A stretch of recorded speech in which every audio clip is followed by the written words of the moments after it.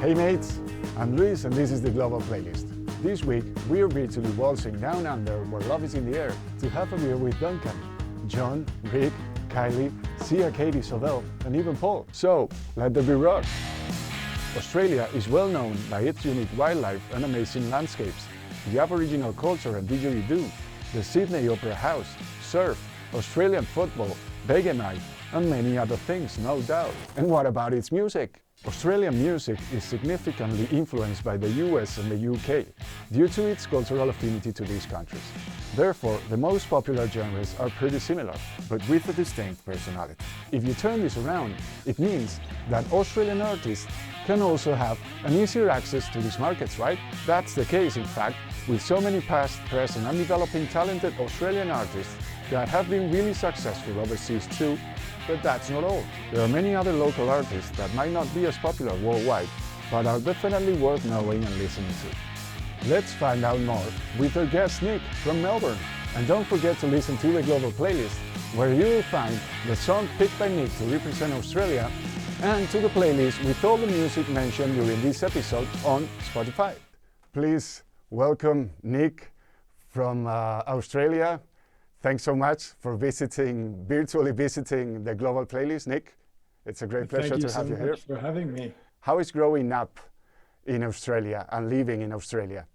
Just before I answer the question, I just want to respectfully acknowledge the traditional custodians of the lands that I'm sitting on, which is the Wurundjeri Woiwurrung of the Eastern Kulin Nation, and pay my respects to their elders past, present and emerging. Growing up in Australia, it's a carefree, lucky country, I suppose. I loved growing up here, the carefree attitude and the access to the beautiful nature and the animals and friendly people and a multicultural society. So I love it. And what about music? How did you start actively looking for music and listening to it? I was born in '83, so I grew up in a time with, radio at the and music videos, in my formative ages rather than streaming or YouTube. Yeah. It was a great era to grow in, actually. It was the best. When I was 10, 11, 12, this kind of age when you start to form your own tastes. Yeah, that's it.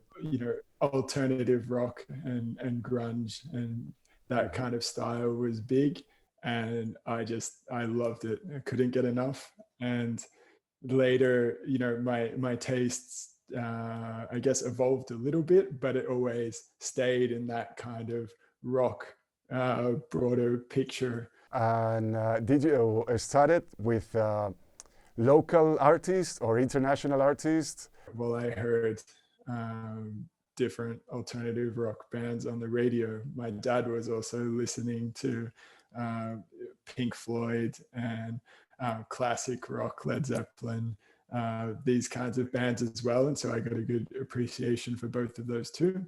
And I would fall asleep with a little pocket radio that he bought me, and I would tune into what was playing late at night, which was 9 p.m. It was probably 75% American and a little bit from Europe or Australian that kind of formed my tastes at that age.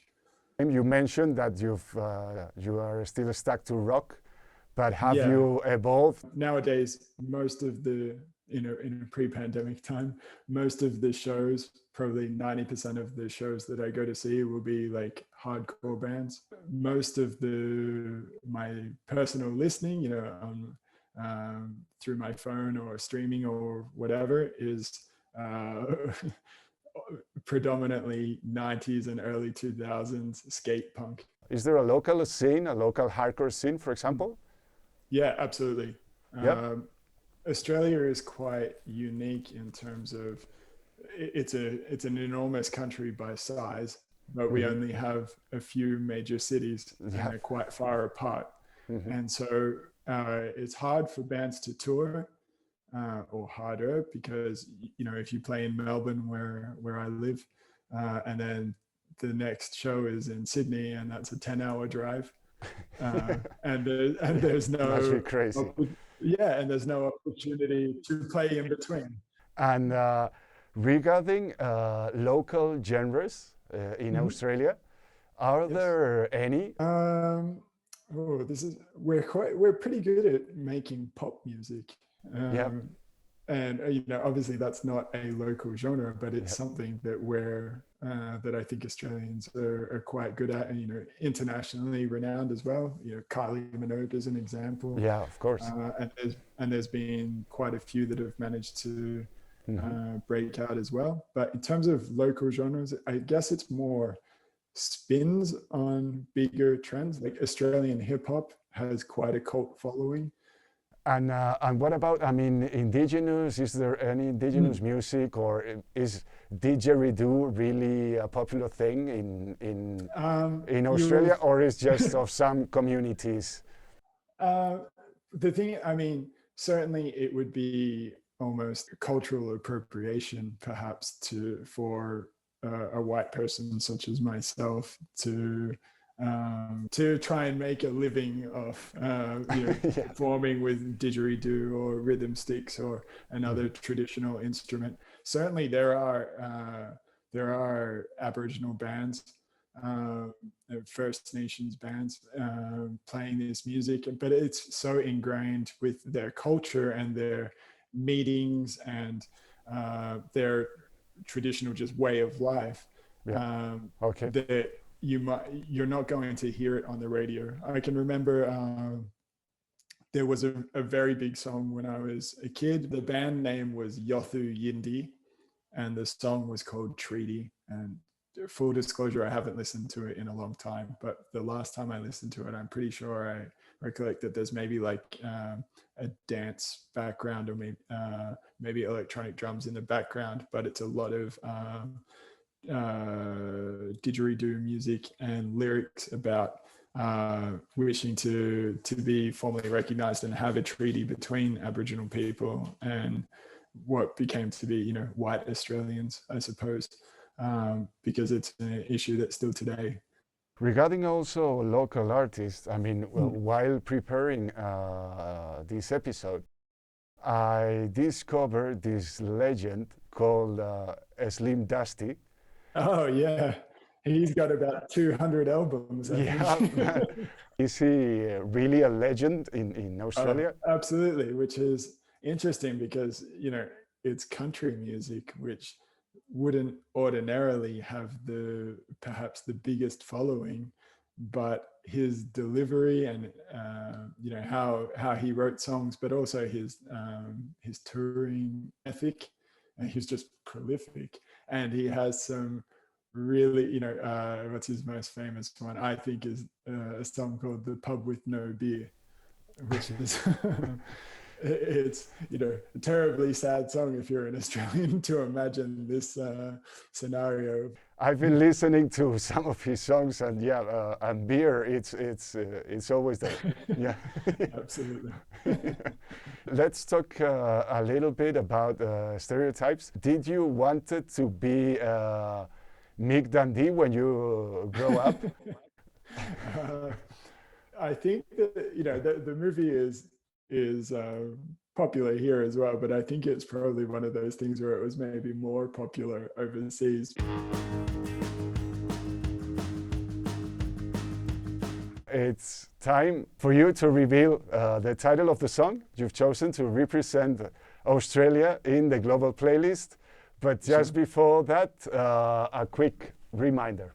You can listen to the song and all the music mentioned during the episode on Spotify on the Global Playlist profile. To discover more about the song, you can listen to the podcast on your favorite platform. Visit the website theglobalplaylist.com to find all the info about the project, and stay tuned on the social networks. Nick, please go ahead. Okay, so the song that I have picked is called Solid Rock, and it's by the band Goanna. Okay, never heard about it. No, Okay, and please could you recommend it to everybody why they should Absolutely. listen to it? Sure. So this song it's 1 year older than me. It was released in September 1982. What I love about this song, it's a classic, 80s rock song. Okay. It the lyrics are quite deep and political, but it managed to somehow become a very popular song in Australia. You can still hear it at pubs if you go today. Sometimes, you know, a rock cover band might break it out in a bar, but it gets radio airplay still today. And it's quite surprising to me that it does give the political nature of the lyrics. But it just got, the chorus has such a great hook. There's dual vocals in the chorus. The background vocals are amazing as well. And Just For You, it has a little didgeridoo intro as well. Oh yeah. Which I thought was quite fitting because you don't hear that in many songs at all, you know.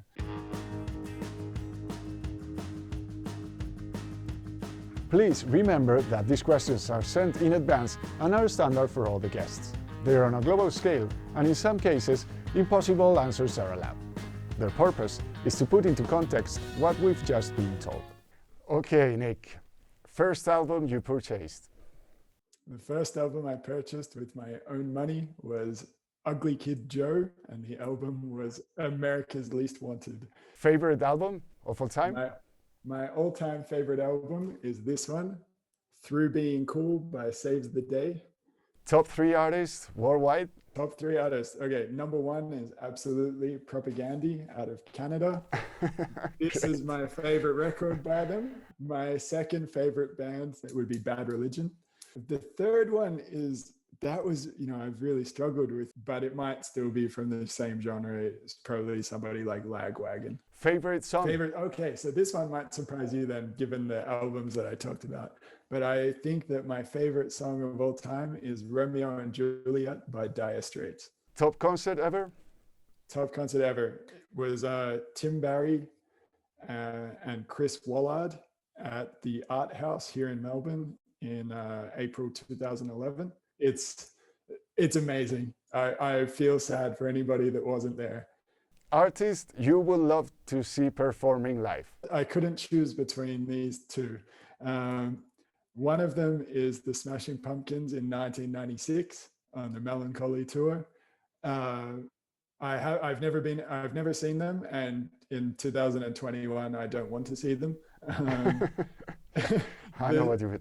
Yeah, the second choice is Rage Against the Machine with Wu-Tang Clan in 1997. I've seen both of those bands before and they were awesome, but I think being able to see the first shows of that tour before it got cancelled would have been unbelievable. So it's a coin toss between those two shows. Favorite venue? My favorite venue was the one I mentioned before, the Art House. It's a very small, you know, maybe 200 people maximum. It's a sweaty, crappy bar. But it's closed down now, unfortunately. They turned it into like a chain Irish bar. Okay. Oh, yeah. May it rest in peace. Top festival ever? I think this one wasn't actually a festival, but so many people went that it may as well have been. So Have Heart did a 10-year reunion in 2019. And when they played in Worcester, Massachusetts with Down to Nothing, Vain, and One Step Closer, 10,000 people turned up to see a hardcore show in a parking lot. I went to the reunion show in Leeds instead, but I wish that I went to this one. Let's go with the guilty pleasure. I don't even feel guilty. Belinda Carlisle. Nice. Let's go with the secret question. I'm going to tell you some names of celebrities, not necessarily Australian, and those names are going to give you clues to discover the hidden character. The hidden character is, of course, Australian. Okay. Don't focus on what these people do, just on their names, okay? Or last names. Okay, I hope I don't mess this up. Let's go for it. Sidney Poitier, Nicole Kidman, Mel Gibson, Peter McKinnon. How is it going? Do you have something on your mind? No clue? Okay. No. John Paul Young and Angus Sampson. Angus. Is it